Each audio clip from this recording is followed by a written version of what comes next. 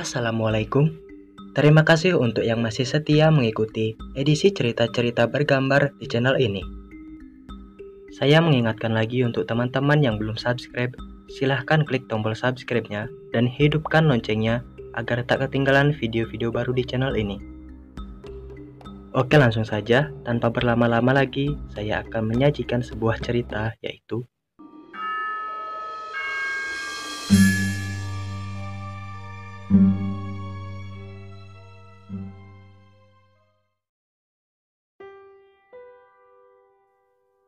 Pak Hasan duduk di teras rumahnya sambil ditemani secangkir kopi dan jajan yang telah dibuatkan oleh istrinya.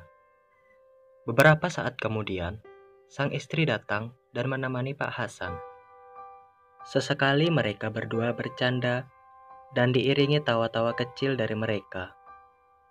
Namun, di balik canda tawa mereka, terbesut dalam benak dan pikiran mereka berdua, sesekali mengingat putri semata wayangnya yang telah mendahului mereka untuk menghadap kepada Sang Ilahi atau Sang Pencipta. Ayu, putri cantik semata wayang Pak Hasan dan istrinya, genap setahun yang lalu menemui ajalnya. Tentu kejadian ini tak diharapkan oleh mereka berdua. Terlebih lagi, Ayu merupakan gadis yang tergolong ramah dan cantik. Tetapi itulah takdir yang tak bisa diganggu-gugat. Semua sudah kehendak Ilahi sebagai yang Maha Kuasa. Pak Hasan dan istrinya yang bernama Fatimah hanya pasrah dan ikhlas menerima semuanya. Namun, yang masih mengganjal dalam pikiran mereka berdua yaitu kematian Ayu yang tidak wajar dan rasa menyesal karena telah mengizinkan Ayu untuk merantau ke kota.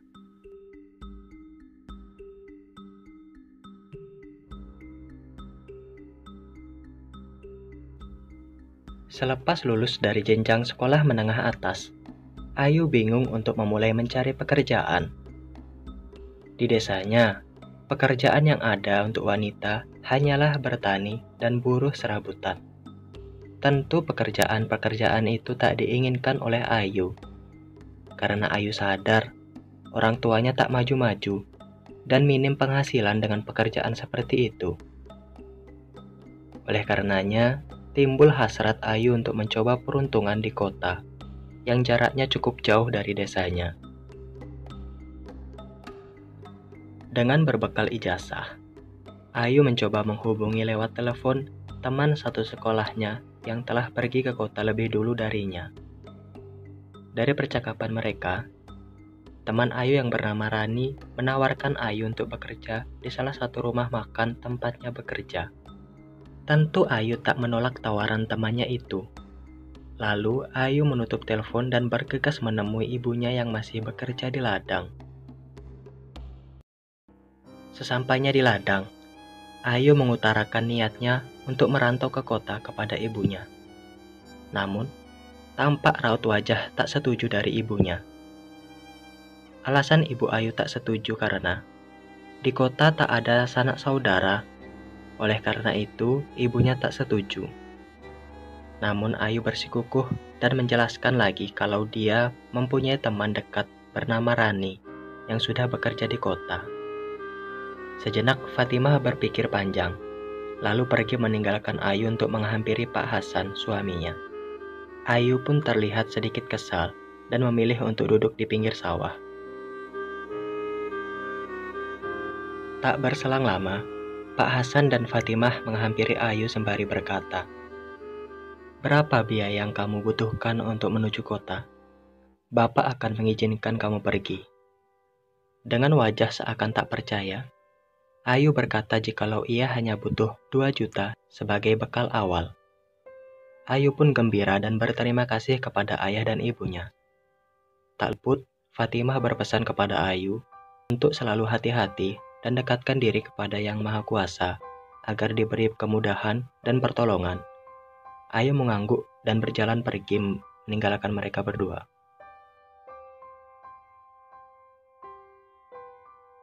Keesokan harinya, Ayu berangkat diantar oleh seorang tetangganya menggunakan sepeda motor hingga menuju ke jalan utama. Sampai di jalan utama, Ayu harus menaiki bus untuk sampai di terminal kota. Kurang lebih 1 jam perjalanan bus. Akhirnya Ayu sampai di terminal. Di sana, Ayu sudah ditunggu Rani, dan mereka kembali menuju ke tempat Rani tinggal.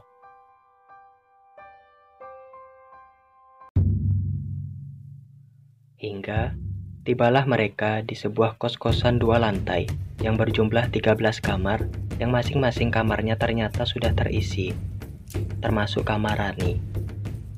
Namun, yang tersisa hanyalah kamar dengan nomor 13.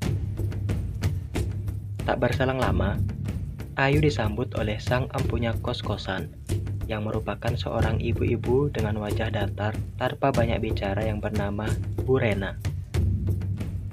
Bu Rena ini menjelaskan sedikit tentang peraturan-peraturan dan harga sewa kos.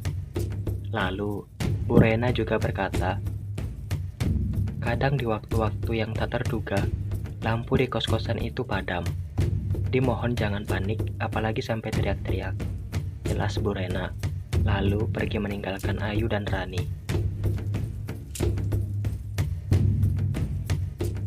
Esoknya, Ayu sudah mulai bekerja dengan Rani. Dan berhari-hari sudah Ayu menjalani kehidupannya di kota itu.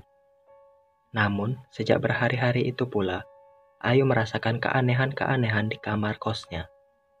Mulai dari tiap tengah malam, dirinya tiba-tiba seolah seperti ada yang membangunkan, walau hanya sekedar buang air. Lalu, ia mencium bau kemenyan yang menyengat di kamarnya, tapi tak tahu dari mana persis sumber bau itu. Dan saat memastikan keluar kamar, Ayu tak mencium lagi bau kemenyan itu. Sungguh aneh.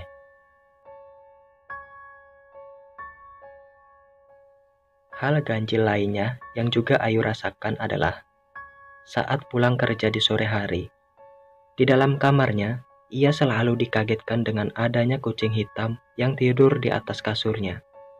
Padahal, pintu kamar selalu ia kunci dan tidak ada celah lubang sedikit pun, termasuk jendela. Dan kejadian itu ia tanyakan kepada Bu Rena. Bu Rena hanya tersenyum kecut sambil berkata, kucing itu suka padamu. Mulai itulah Ayu merasakan keganjilan-keganjilan. Namun ia tak berniat pindah karena harga kosnya tergolong paling murah dan sangat dekat dengan tempatnya bekerja. Hari demi hari telah dilalui. Ayu sempat beberapa kali berkabar dan mengirimkan uang kepada orang tuanya yang di desa. Namun, Ayu belum sempat untuk pulang.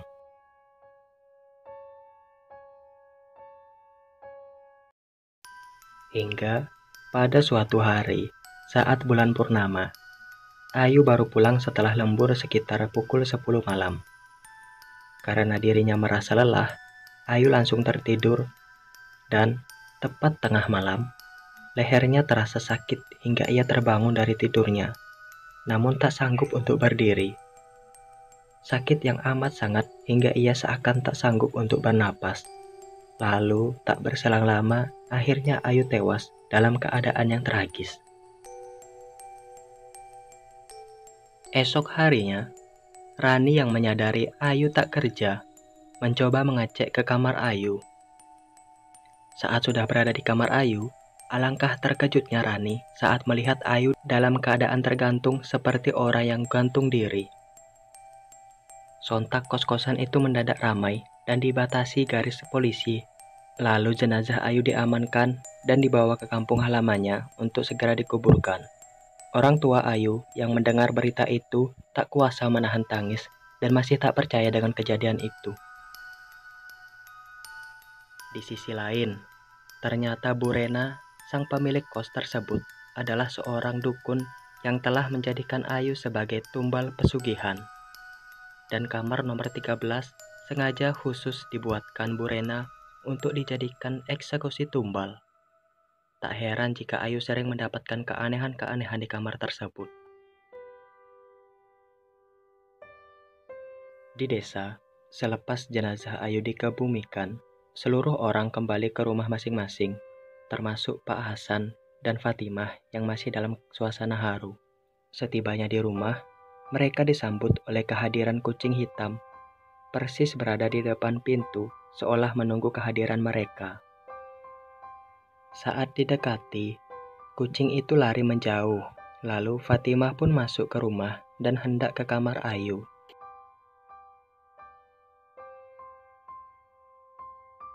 Saat berada persis di depan pintu kamar Ayu, Fatimah menemukan secari kertas tergeletak di lantai. Lantas, Fatimah mengambilnya dan membaca tulisan yang ada di kertas tersebut, yang isinya bertuliskan